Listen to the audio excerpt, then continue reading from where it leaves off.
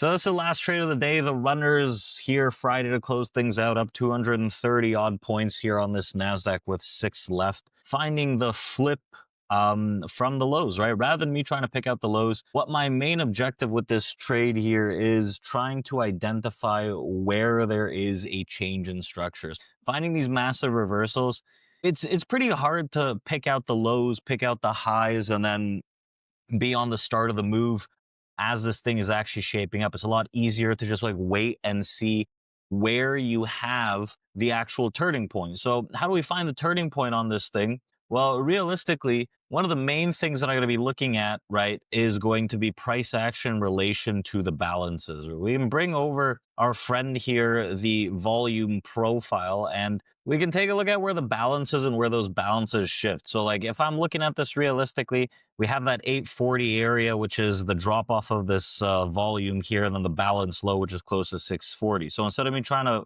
pinpoint 640, trying to get on 640, I can wait for the 840 to turn around. Another thing with that is, yeah, okay, we trade 840, 850, and they fail. Massive absorption here into the lows for a higher low. The next time we push back above this area, back above all this buying, you have that pretty high probability to look at this for the continuation to the upside. So let's see how far this thing goes. But right now, I think that this momentum drives hard and heavy into the end of the day. So remember, if you're looking at massive reversals, rather than picking out lows, pinpoint where the actual structural shift happens, where there's order flow and absorption. If you want this chart, we actually have it for free at community.tradeproacademy.com. It's in the pinned post.